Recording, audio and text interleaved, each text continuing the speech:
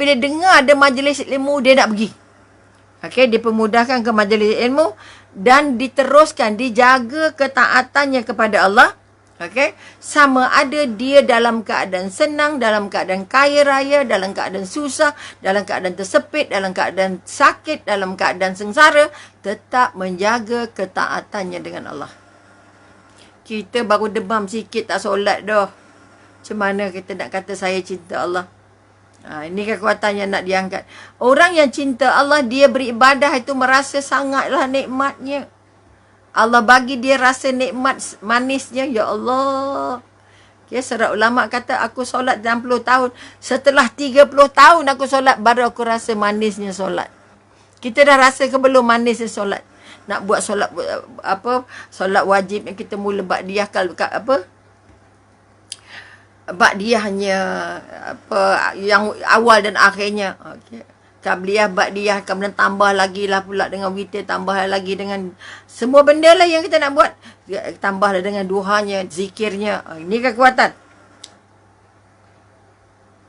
Maka kita katakan, tadi kita kata mereka disulitkan untuk buat maksiat. Okey. Kedua, mereka dimudahkan untuk berada dalam majlis ilmu. Kemudian dijaga supaya, kita kata apa?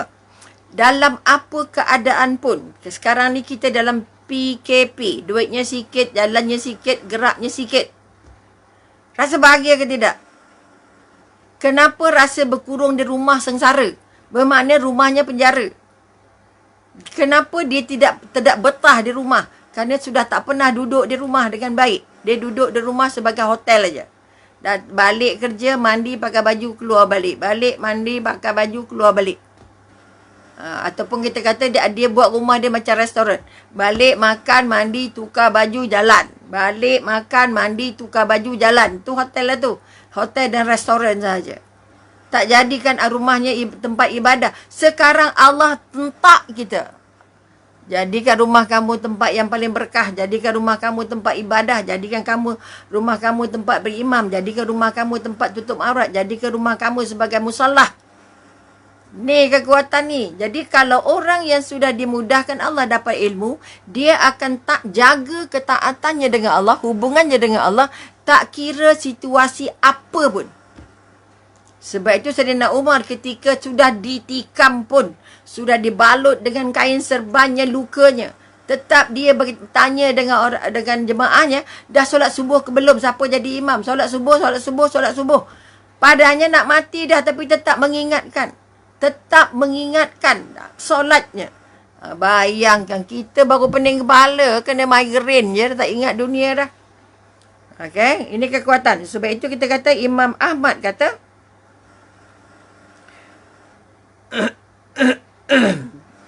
tadi kita kata dia dimudahkan majlis ilmu. Ketiga, kalau mereka berdoa, ini orang yang dicintai Allah ni.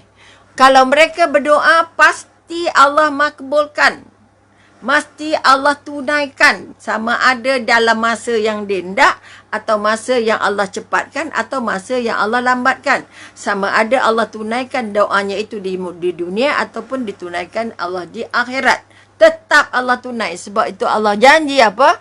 Tidak pernah aku tolakkan mana-mana doa. Dengan syarat doanya cukup syarat le. Okay, cukup syarat maknanya bersih, beribadah. Okay, sebab ada kisah seorang pemuda yang kusut pasai, yang kemudian bajunya kotor dan sebagainya, tapi dia angkat tangan berdoa. Mana mau? Ini kita kata kekuatan. Makannya haram, pakainya haram, buatnya haram. Habis. Bila termasuk dalam perut kita sebiji je benda haram, susah doanya nak diangkat. Sebab itu kita kata orang yang dicinta Allah, jaga makannya, jaga geraknya, jaga langkahnya. Jaga mata, jaga telinga, jaga apa yang dia masuk ke dalam mulutnya. Jaga apa yang dipegang oleh tangannya. Jaga apa yang dipijak oleh kakinya. Apa yang ditengok oleh matanya. Ini kekuatan. Maka dia kata apa? Bila dia berdoa, aku akan tunaikan. Okey? Kemudian kita kata, itu yang ketiga. Keempat kita kata, orang yang dicintai Allah tidak akan diganggu. Tidak akan mudah dapat gangguan. Sama ada gangguan iblis, gangguan jin, atau gangguan manusia. Maknanya dia diselamatkan Allah, dijaga Allah setiap Setiap masa. Okey, sebab itu kita kata, contoh kalau kita ambil kira kisah yang berlaku pada Imam Ahmad. Dia didenda ataupun kita kata dipenjara setelah dia menolak untuk membuat hujah bahawa Al-Quran itu adalah makhluk. Okey. Sedangkan yang dia yakini Al-Quran itu adalah hak ciptaannya Allah. Ataupun adalah ayat-ayat Allah. Dia bukan makhluk. Biliknya Allah. Ini kekuatan yang kita nak angkat. Dia tak hendak mengaku, menyebutkan bahawa Al-Quran itu adalah makhluk. Maka lah, akhirnya dia dipenjara. Dia dipenjara kemudian dirotan ataupun kita kata dicambuk. Atau dirotan. Kalau ingat ke rotan yang digunakan itu, okey. Di dalam penjara, okey, Imam Ahmad berjumpa dengan seorang yang sudah dipenjara kerana mencuri. Apa yang dipesan pada pencuri? Kalau kamu dipukul, kamu sabar. Bila kamu sabar, Allah bantu ringankan. Artinya tak sakit sangat.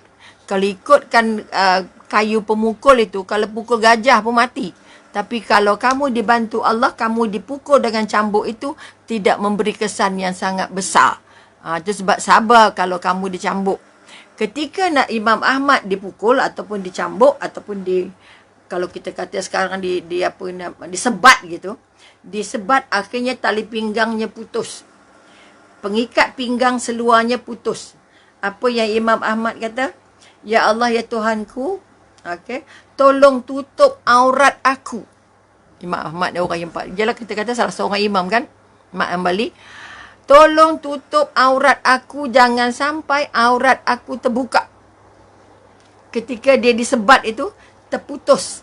Aku minta doa dengan Allah supaya aurat aku tidak terbuka. Sebab dia masa dia dihukum itu, dia hadapan halayak ramai. Dia disebat di hadapan khalayak ramai.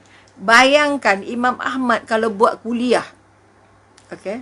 Buat kuliah, satu kuliahnya orang yang datang 5,000. Bayangkan macam mana popular. Akhirnya dia disebat di tengah khalayak. Malu ke tidak? Tapi dia yakin Allah akan bantu dia. Bila saja ikat pinggangnya tercabut, ya Allah Tuhanku, bantu aku supaya aurat aku tidak terbuka. Okey, maka bila dia berdoa begitu, akhirnya tali pinggangnya bercantum balik. Seluar yang ikat apa yang dipakainya akhirnya tak terjeloi walaupun tali pinggangnya putus. Tercantum balik tali pinggangnya dan terjagalah auratnya. Nak tunjukkan macam mana doa orang yang Allah cinta itu Allah bagi serta-merta. Allah tolong dia, jaga dia kerana Allah redha dengan dia. Nak buat perkara ibadah ni, ya Allah, nak buat kebaikan ni, nak ikut perintah Allah ni mudah je. Ya Allah, jauhnya kita lagi ni dengan cinta Allah ni. Mari kita sama-sama tengok, kita mudah tak agak buat kebajikan? Mudah tak agaknya nak bantu agama Allah? Mudah tak agaknya nak sayang masjid musalla? Mudah tak tidak nak sayang agama? Mudah tak tidak nak beli buku kitab-kitab? Mudah ke tidak nak bantu sekolah tahfiz? Mudah ke tidak kita nak ajar anak kita Al-Quran? Kenal Allah dan kenal Rasulullah. Kalau ini yang berlaku, kalau Allah sayang, dia mudahkan. Saya, Umi dulu, zaman anak Umi kecil, tak ada tahfiz-tahfiz ni. Tak ada tadika Islam, tak ada. Okey. Jadi, tak adalah anaknya yang hafizah gitu. Okay. Tapi bila dapat cucu dulu. Dapat cucu yang pertama especially. Ya Allah Tuhanku, kalau zaman aku marin anaknya semua ada ke sekolah tadikanya. Twinkle-twinkle saja semua. Twinkle little star dulu. Tak ada syahadahnya, tak ada doa makannya, tak ada doa mandi, doa pakaiannya, tak ada. Okay. Jadikanlah cucu aku ni. Tolonglah bagikan cucu aku ni ada ruang untuk jadi hafiz-hafizah. Okay, itu yang Umi doakan setelah dapat cucu yang pertama. Izin Allah. Bukan kata sebab Umi baik ke tak. Tapi itu memang doa sangat-sangat. Doa sangat-sangat supaya dalam jurai keturunan kita, dalam jurai keturunan keluarga kita, ada yang hafiz-hafizah. Ada yang hafiz-hafizah. Ini kekuatan. Jadi kita nak tengok balik, mudah-mudahan kalau Abu Bakar tak dapat ke anak, dapat ke cucu, tak dapat ke cucu, dapat ke cicit. Contohnya. Artinya kita tetap berazam supaya dalam jurai keturunan kita. Sebab nanti kita akan dikumpulkan semua dengan anak-anak dan cucu-cucu kita yang beriman di syurga ataupun di mahsyar, di akhirat. Okay? Kita dikumpul balik. Sebab itu macam mana yang kongsi dulu, kalau ibunya soleh-solehah, ayahnya soleh-solehah, anaknya meragam, dia tak jumpa anaknya. Atau kalau berjumpa pun anaknya entak dia. Ayah sibuk pergi masjid, sibuk pergi Mekah, Madinah. Kenapa tak ajar saya?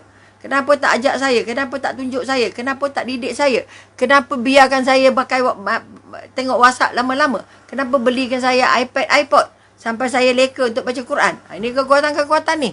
Sebab itu kita nanti akan berjumpa dalam keadaan sama ada bergaduh ataupun dalam keadaan berbaik-baik sehingga kita dikumpulkan Allah, anak beranak kita di syurga. Ini kekuatan yang nak dibangun. Maka kita kata, mari kita sama-sama menyemak diri. Senang ke susah nak tolong agama Allah? Senang ke susah nak bantu orang susah? Senang ke susah nak pergi nak memeriahkan, mengemarakkan masjid? Nak beli lansir ke, nak beli kapek ke, nak beli air mineral ke, nak beli apa ke? Okay, senang ke susah? Kalau susah maknanya kita belum dicintai Allah. Mesti senang. Kalau orang minta tolong, insya-Allah saya akan tolong. Tolong semampu mungkin. Okey. Sebab itu kita kata siapa orang yang paling dicintai Allah?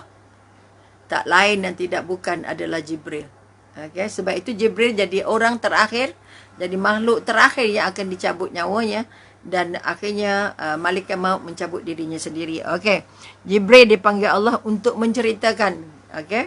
Ini kalau cerita macam mana orang yang dicintai Allah itu sebelum Jibril dimatikan, makanya Allah akan panggil Jibril, bagi tahu pada Jibril, tolong bagi tahu pada semua orang di langit, inilah orang-orang yang aku cinta. Dia bagi namanya, dia bagi tempatnya, dia bagi gambarnya. Oh, ini hebat ni. Nak diperkenalkan kepada semua penghuni langit bahawa orang yang nama ini, gambar ini, duduk di sini adalah orang-orang yang aku cinta. Nak bagi Jibril akan umum pada semua penghuni langit. Oh, hebat. Okey. Baik itu dibagikan namanya dan dibagikan apa amal-amal yang dia sudah buat.